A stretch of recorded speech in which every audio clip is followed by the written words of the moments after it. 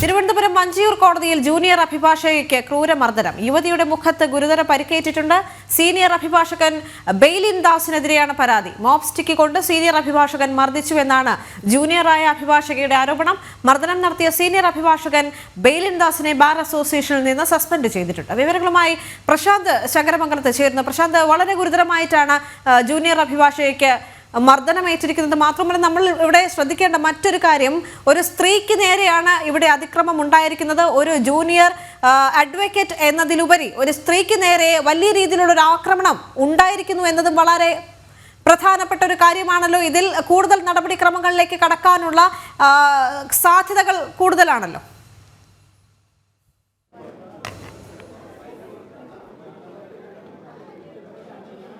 ദേവിക, ഇപ്പോൾ മർദ്ദനമേറ്റ ജൂനിയർ അഭിഭാഷക ഇപ്പോൾ തിരുവനന്തപുരത്തെ ജനറൽ ആശുപത്രിയിൽ ചികിത്സയിലാണ്. ഡോക്ടർമാർ പരിശോധന നടത്തി വരികയാണ്. മുഖത്തെ പരിക്ക് ഗുരുതരമാണെന്നാണ് ഇപ്പോൾ നമുക്ക് ലഭിക്കുന്ന വിവരം. ചികിത്സ നടത്തിക്കൊണ്ടിരിക്കുകയാണ്. അല്പസമയത്തിനുള്ളിൽ തിരുവനന്തപുരത്തെ മെഡിക്കൽ കോളേജിലേക്ക് മാറ്റുമെന്നും അറിയാൻ കഴിയുന്നുണ്ട്. മുഖത്ത് അടിയേറ്റ പാട് നമുക്ക് ദൃശ്യങ്ങളിലൂടെ എല്ലാം കാണാൻ കഴിയും. കഴിഞ്ഞ മണിക്കൂറുകളിലായിരുന്നു ഈ സംഭവം നടന്നത്. അതായത് ഒരു 12 മണിയോടുകൂടിയാണ് ഈ അഭിഭാഷകർക്ക് മർദ്ദനം ഏൽക്കുന്നതെന്നാണ് നമുക്ക് മനസ്സിലാക്കാൻ കഴിയുന്നത്. നേരത്തെയും ഇത്തരത്തിൽ ഈ അഭിഭാഷകയോട് ഇത്തരത്തിൽ മോശമായും അതുപോലെ തന്നെ ക്രൂരമായും പെരുമാറുന്ന സ്വഭാവമുണ്ടെന്നും അഭിഭാഷകരുടെ പ്രതികരണങ്ങളിലൂടെ വ്യക്തമാക്കുകയും ചെയ്തിരുന്നു. ബെയ്ലിൻ ദാസ്, സീനിയർ അഭിഭാഷകനായ ബെയ്ലിൻ ദാസിൻ്റെ കീഴിൽ കഴിഞ്ഞ 3 വർഷമായിട്ട് ജോലി ചെയ്തു വരികയാണ്, പ്രാക്ടീസ് ചെയ്തു വരികയാണ്. അതിനിടയിലാണ് ഇത്തരത്തിൽ സംഭവം ഉണ്ടാകുന്നത്. എന്തായാലും ഈ സംഭവശേഷം തന്നെ അഭിഭാഷകൻ രക്ഷപ്പെട്ടു കഴിഞ്ഞുവെന്നാണ് മനസ്സിലാക്കാൻ കഴിയുന്നത്. ഇപ്പോൾ പോലീസ് കേസെടുത്തിട്ടുണ്ട്, മഞ്ചിയൂർ പോലീസ് കേസെടുത്ത് പ്രതിയെ കണ്ടെത്തുന്നതിനുള്ള നടപടിക്രമങ്ങളിലേക്ക് ഇപ്പോൾ നടന്നുകൊണ്ടിരിക്കുകയാണ്.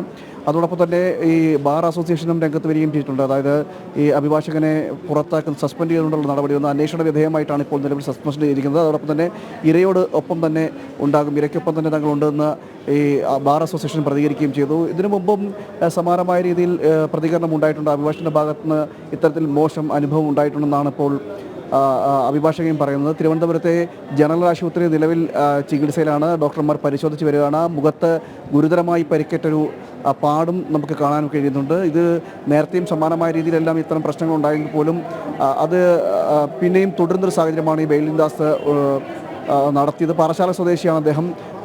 അങ്ങനെ അതിനുശേഷമാണ് ഇന്ന് വീണ്ടും സമാനമായ രീതിയിലുണ്ടാകുന്നത്. അതിൽ കൃത്യതയോടുകൂടി വിവരം എന്ന് പറയാൻ നമുക്ക് കഴിയുന്നില്ല. ഇവർ തമ്മിലൊരു തർക്കമുണ്ടായിരുന്നു. തർക്കത്തിന് ശേഷം പ്രകോപിതനായി മർദ്ദിച്ചു എന്നാണ് ഇപ്പോൾ പ്രാഥമികമായി നമുക്ക് മനസ്സിലാക്കാൻ കഴിയുന്നത്. അതിൽ കൂടുതൽ വിവരങ്ങൾ ഇനി പോലീസും ഇതുമായി കേസെടുത്തതിന് ശേഷം പറയേണ്ടിയിരിക്കുന്നു. കാരണം അഭിഭാഷകരുടെ ഭാഗത്ത് നിന്ന് കൂടുതൽ മൊഴികളടക്കം രേഖപ്പെടുത്തിക്കൊണ്ടായിരിക്കും ഇനി അതിൻ്റെ ഒരു മറ്റു രീതിയിലേക്ക് പോകുന്നത്. ഇവിടെ ഇരിക്കുന്നത് വളരെ അഭിഭാഷകരും ഇവിടേക്ക് ഈ ആശുപത്രിയിലേക്ക് എത്തിയിട്ടുണ്ട്. അങ്ങനെ ബാർ അസോസിയേഷനും ഒരു കടുത്ത നടപടി എന്ന രീതിയിലാണ് ഇപ്പോൾ ഈ ബെയ്ലിൻ ദാസിനെ പുറത്താക്കിക്കൊണ്ടൊരു നടപടി സ്വീകരിച്ചിരിക്കുന്നത്. പ്രതികരിക്കത്തില്ലേ, വളരെ ക്രൂരമായ രീതിയിലാണ് ഒരു സ്ത്രീയുടെ നേരിൽ ഇങ്ങനൊരു സംഭവം ഉണ്ടായിരിക്കുന്നു, മർദ്ദനം ഉണ്ടായിരിക്കുന്നു. അത് നമ്മൾ ബാർ അസോസിയേഷൻ്റെ ഭാഗത്തുനിന്ന് ഇപ്പം ചെയ്തിരിക്കുന്ന നടപടി ഈ പറയുന്ന ആരോപണ വിധേയനായ അഡ്വക്കേറ്റിനെ നമ്മൾ സസ്പെൻഡ് ചെയ്തിട്ടുണ്ട്. ബാക്കി എല്ലാം ആ കുട്ടിയോടൊപ്പം എന്ത് നിയമസഹായത്തിന് നമ്മളെല്ലാവരും കൂടെ ഉണ്ടാവും. നേരത്തെയും ഈ സമാനമായ രീതിയിൽ ഈ ഉദിക്കുന്ന അതായത് അഭിഭാഷക നേരെ മർദ്ദനം ഉണ്ടായിട്ടുണ്ടെന്നാണ് പറയുന്നത്. നമുക്ക് അങ്ങനെ ഒരു പരാതി ഇതുവരെ നമുക്ക് അസോസിയേഷനിലൊന്നും നമുക്ക് ഇതുവരെ ലഭിച്ചിട്ടില്ല ഈ പരാതി. ഇപ്പം നമുക്ക് ഇനിയും സംഭവം നടക്കുന്ന സമയത്തും നിരവധി പേർ, അഭിഭാഷകരായിട്ടുള്ളവർ തന്നെ നിരവധി പേർ ആ സ്ഥലത്തുണ്ടായിരുന്നു എന്ന് പറയുന്നു. ആരും പിടിച്ചു മാറ്റാനോ അല്ലെങ്കിൽ മർദ്ദനത്തിന് അങ്ങനെ തയ്യാറായില്ല എന്നും കേൾക്കുന്നുണ്ട്. അത് വെറും ആരോപണമാണ്. അത് എല്ലാവരും അതിന് വേണ്ടിയിട്ട് ആ കുട്ടിയെ പ്രൊട്ടക്ട് ചെയ്യാനേ എല്ലാവരും ശ്രമിച്ചിട്ടുള്ളൂ, ആ സമയത്ത് ഉണ്ടായിരുന്നവരെല്ലാവരും. അസോസിയേഷൻ്റെ ഒരു ആരോപണം എന്ന നിലയിൽ കേൾക്കുന്നത് ആദ്യം തുടക്കത്തിൽ ഈ പ്രതിയെ അവിടെ നിന്ന് പോലീസിനെ വക്കീൽ ഓഫീസിൽ കയറി അറസ്റ്റ് ചെയ്യാൻ സമ്മതിക്കില്ല എന്നൊരു നിലപാടെടുത്തു, അതുകൊണ്ടാണ് രക്ഷപ്പെടാൻ കാരണമെന്നൊരു ആരോപണവും വരുന്നുണ്ട്. ഇത് വെറും ആരോപണം മാത്രമാണ്. നമ്മളെപ്പോഴും ആ കുട്ടിയോടൊപ്പം തന്നെ ആയിരിക്കും അസോസിയേഷൻ്റെ ഭാഗത്തുനിന്ന്. നിയമപരമായിട്ടുള്ള നിയമപരമായിട്ടുള്ള സഹായങ്ങളും നൽകുമെന്നാണ്. തീർച്ചയായിട്ടും എല്ലാ സഹായത്തിനും നമ്മൾ കൂടെ ഉണ്ടാവും. ഇതുതന്നെയാണ് അസോസിയേഷൻ പറയുന്നത്. അസോസിയേഷൻ്റെ ഭാഗത്തുനിന്ന് ഈ യുവ അഭിഭാഷകയ്ക്ക് വേണ്ട സഹായങ്ങളെല്ലാം ചെയ്തു കൊടുക്കുമെന്നും പറയുന്നുണ്ട്.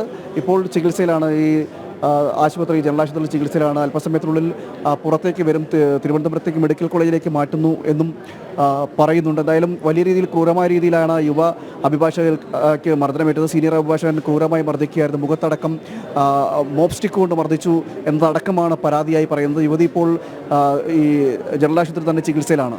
ദേവിക. ശരി, ചില പ്രതികരണങ്ങൾ കൂടി ഈ ഒരു ഘട്ടത്തിൽ പുറത്തേക്ക് വരുന്നുണ്ട്. അത് കണ്ടതിന് ശേഷം മടങ്ങിയത്. ഇന്ന് 12:30 ആണ് സംഭവം. ഞാനിന്ന് രാവിലെ ഫാസ്റ്റ് ട്രാക്ക് കോടതിയിൽ ഫാസ്റ്റ് ട്രാക്ക് 2-ലായിരുന്നു വെക്കേഷൻ കോർട്ട്. അവിടെ ഹിയറിംഗ് ഒക്കെ പറഞ്ഞ് ഒരു ബെയിൽ ആപ്ലിക്കേഷൻ ഹിയറിംഗ് ഉണ്ടായിരുന്നു. അത് പറഞ്ഞ് ഓഫീസിൽ വന്നതിന് ശേഷം ഞാൻ സാറിനോട് പറഞ്ഞു, സാറൊന്ന് കോടതിയിലുണ്ടായിരുന്നു, സാറിനോട് പറഞ്ഞു എനിക്ക് സംസാരിക്കണം. അപ്പോൾ സാറ് പറഞ്ഞു എനിക്ക് നീ പറയുന്ന ഒന്നും കേൾക്കണ്ട, എനിക്ക് കേൾക്കാൻ താല്പര്യമില്ല എന്ന് പറഞ്ഞിട്ട് ഓഫീസിൽ നിന്ന് ഇറങ്ങിപ്പോവാമെന്ന്. അപ്പോൾ ഞാൻ പറഞ്ഞു സാറ് ഒന്നുകിൽ ആ ജൂനിയറിനെ വോൺ ചെയ്യണം, ഇല്ലെങ്കിൽ എനിക്ക് വോൺ ചെയ്യേണ്ടി വരും.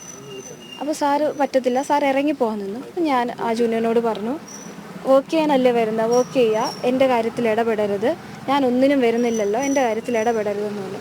നീ ഇത് ആരോടാ സംസാരിക്കുന്നതെന്ന് പറഞ്ഞിട്ടാണ് സാറ് അവരുടെയൊക്കെ മുന്നേ വെച്ചിട്ട് എന്നെ അടിച്ച് ആദ്യം താഴെ വീണു. അത് കഴിഞ്ഞിട്ട് വീണ്ടും അവിടെ നിന്ന് എടുത്ത് വീണ്ടും അടിച്ചു. അപ്പോൾ സാർ എന്നിട്ട് പുറത്ത് പോകാൻ നിൽക്കുക, വീണ്ടും പോവാ. ഞാൻ പറയുക ഞാനിത് കംപ്ലയിൻറ്റ് ചെയ്യും. ഞാൻ അപ്പോൾ തന്നെ എൻ്റെ ഹസ്ബൻഡിനെ വിളിച്ചു, വരികയാണെന്ന് പറഞ്ഞു.